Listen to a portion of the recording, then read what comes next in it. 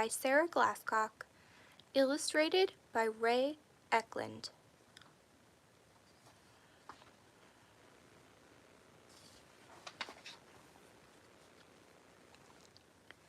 Taking the steps 2 at a time in the heat of a Texas spring day, Samantha Tarn ascended the stairs to the angling shop. Fishing rods hung on one brick wall, and books about fishing filled several bookshelves along the opposite wall. The wall in between was covered with photographs of grinning customers, holding up fish they had caught. But Samantha wasn't here for a rod or book. She headed straight for the flies, which were displayed in a case below the fishing reels. The flies were separated into different compartments and labeled with each fly's name, such as Gold-Ribbed Hare's Ear and Joe's Hopper. Did you know that June 2nd is Free Fishing Day in Vermont? Samantha asked Larry, the shop owner. Leaning over the counter, Larry answered with a twinkle in his eye. I didn't know that, but I can predict you'll be in Vermont fishing with your grandfather on June 2nd.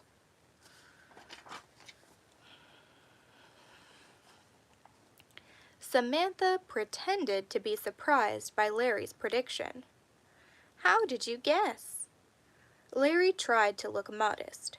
Well, you always visit your grandfather in June, and you love to fish almost as much as he does. Larry was right about that. But this year, Samantha had decided she wouldn't be satisfied with just any fish. For 3 summers, Samantha had tried to catch Old Smoky, a large brown trout she had seen many times. She was determined to catch Old Smoky this year. Although Samantha usually loved to linger in the shop, she had no time to spare today. She and her parents had to be at the Austin airport early the next morning for their flight to Vermont. Heeding Larry's advice, Samantha selected 3 new flies: Irresistible, Black Gnat, and Zugbug. Make room on the wall for my picture, Samantha reminded Larry as she left. I'm going to catch Old Smoky this summer. 2 mornings later, Samantha slid the elastic straps of her waterproof waders over her shoulders. The waders reminded Samantha of a young child's snowsuit with feet, except that they left her arms free. They would protect her from getting wet while she stood in the Dog River to fish. Samantha's grandfather was already standing in the river, quietly watching his fishing line. He had cast his line into a space near a log on one side of the rushing water. After a few moments, the tip of his pole began to curve. He had caught a fish already. Although Samantha was excited, she hoped Gramps hadn't snagged Old Smoky. As Gramps patiently reeled in the fish, Samantha watched closely. Gramps had caught a beautiful rainbow trout. He held it up, and the fish flapped in the air. Its scales glistened in the sun, throwing off the colors of a rainbow. Clutching the fish gently but firmly in one hand, Gramps removed the hook from its mouth. Then he carefully released the fish back into the water. Gramps and Samantha fished for fun and set most of their catches free. They kept only a few fish each year for eating.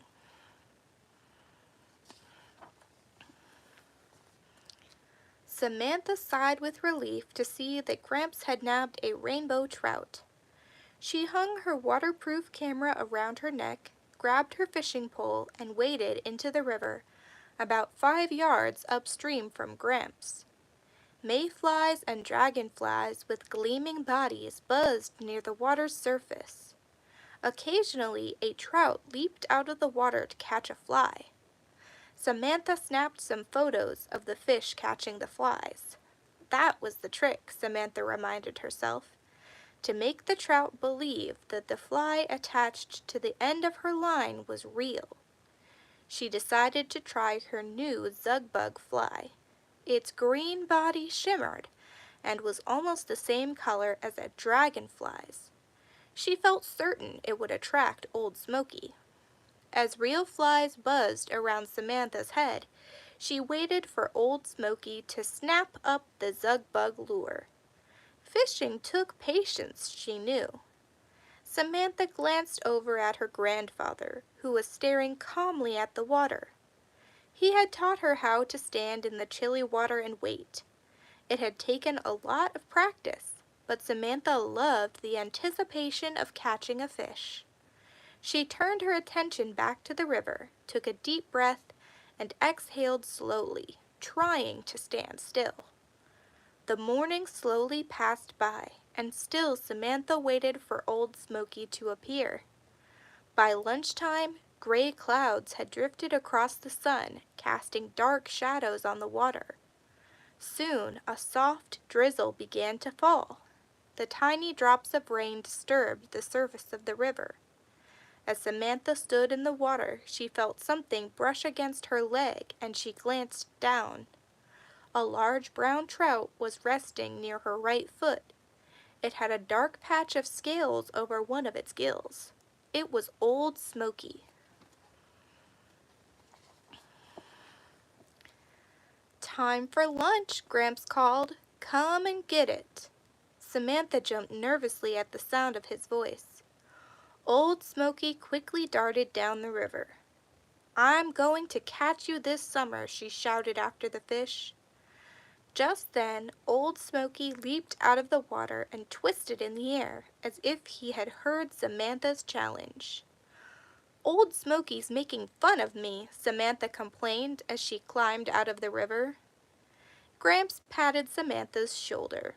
"Honey, that fish has made a fool out of me more times than I can count," he said as they walked up the bank. While they ate, Gramps told Samantha about all the times he thought he had caught Old Smoky. "But he always got away at the last minute," Gramps said. Samantha spent the next day observing instead of fishing. Sitting on the riverbank with a pen and notebook, she admired the effortless way that Gramps cast his line into the water. He didn't seem to care whether he got a bite or not. Samantha supposed that was what happened when someone had been fishing for more than 60 years. Still, she couldn't imagine she would ever be fully at ease like that.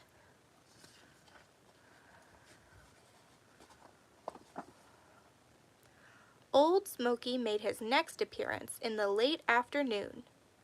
Samantha was stretched on her side, trailing her hand through the cool water and gazing at the pine trees, when something nudged her hand.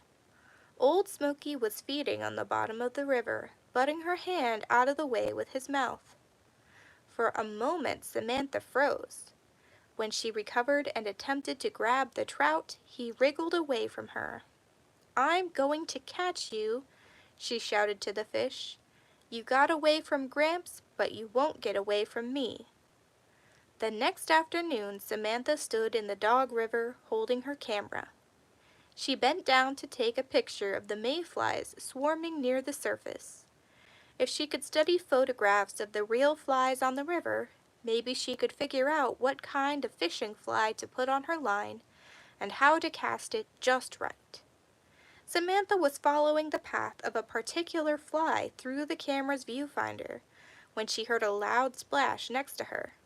She was so startled that she accidentally snapped a picture. Samantha could see that a fish had made the splash, but it swam away too fast for her to see what kind of fish it was. "I give up," she muttered to herself.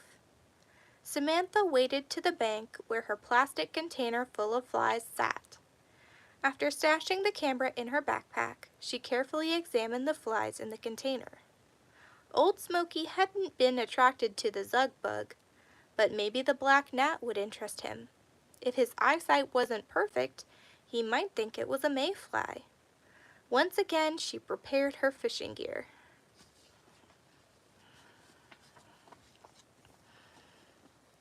Almost immediately after casting her line, Samantha felt a jerk on her pole. She held her breath as she struggled to reel in the line. What a beauty! "That rainbow's got to be a good 16 inches long," Gramps said when Samantha reeled in the fish. It was a beauty. Samantha smiled while Gramps took a picture of her holding the fish, but she felt disappointed. As she released the fish, she hoped it wouldn't tell Old Smoky about her black gnat fly. That night, Gramps bragged about Samantha's catch to her parents. "I can't wait to see Samantha with her rainbow trout," Samantha's mother said. "Let's finish up this roll of film tonight so I can have it developed tomorrow." "It's the wrong fish," Samantha grumbled. She wouldn't even smile when her mother took a picture of her. Early the next morning, Samantha plucked the irresistible fly out of the container. "Let's see how irresistible you are," she said. The fly wasn't shiny or flashy, but Samantha had a feeling Old Smoky wasn't fooled by bright colors. Holding her breath, she cast her line into the river. "Be patient," she told herself. "You have 10 more days to catch him." As the sun rose in the sky, sweat began to trickle down the sides of Samantha's nose. She held herself very still and resisted scratching her nose. She had a feeling Old Smoky was near. At lunch, Samantha ate her sandwich while standing in the river. As the afternoon wore on, the shadows of the pine trees gradually grew long across the river. Samantha felt stiff from standing still all day, but even now she didn't move. When Gramps reeled in his line and headed for the riverbank, Samantha's shoulders slumped. She would have to leave soon, too. Suddenly the line spun so rapidly out of her fishing reel that the rod almost leaped out of Samantha's hands. She had a hit.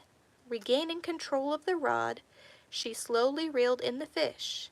It fought and pulled against the line, but Samantha held on tight. She could see the fish's long brown form struggling to get away.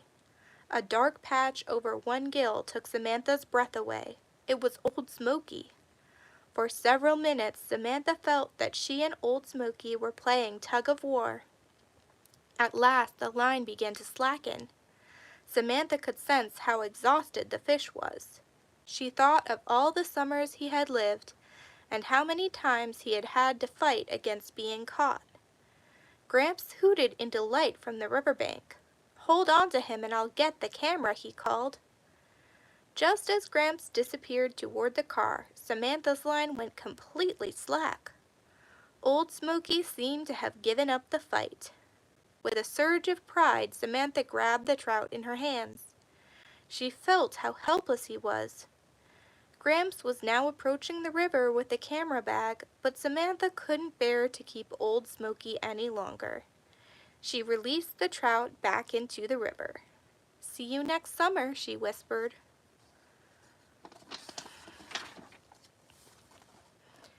Back in Texas, Samantha brought a picture into Larry's shop to hang on his wall. "I promised that I'd get Old Smoky this summer, and I did," said Samantha proudly. "Here he is." She held up the frame and showed the picture to Larry. Although she had taken the snapshot accidentally, Samantha thought her photograph of Old Smoky, caught in midair as he jumped, was the most beautiful picture of all. Responding. Why does Samantha go to Larry's angling shop the day before leaving for Vermont? What does Samantha do when she finally catches Old Smoky?